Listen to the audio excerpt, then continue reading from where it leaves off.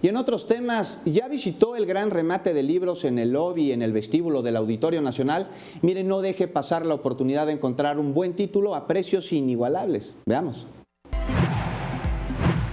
Más de 800 sellos editoriales ofrecen al público libros con el 50% de descuento en el gran remate de libros en el Auditorio Nacional.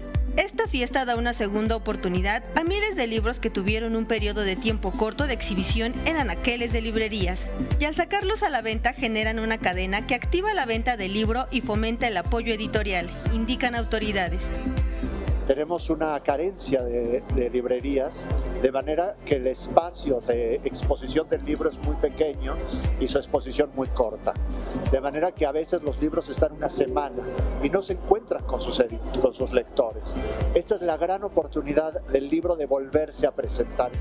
Asimismo, enfatizan que hace falta políticas de promoción de la lectura, así como comunidad lectora. Sin embargo, esta feria promueve la participación y garantiza el acceso a bienes y servicios culturales.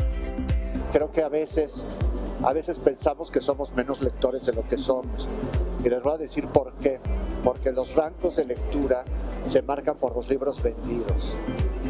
Y no necesariamente ni todos los que compran un libro lo leen, ni solo leen libros los que los compran. Entonces creo que somos una ciudad y una sociedad que esto lo muestra. Pues estamos en la Ciudad de México, en un espacio que es quizás un centro cultural importantísimo, entre otras cosas, porque quizás aquí se reúne la comunidad lectora más grande del país.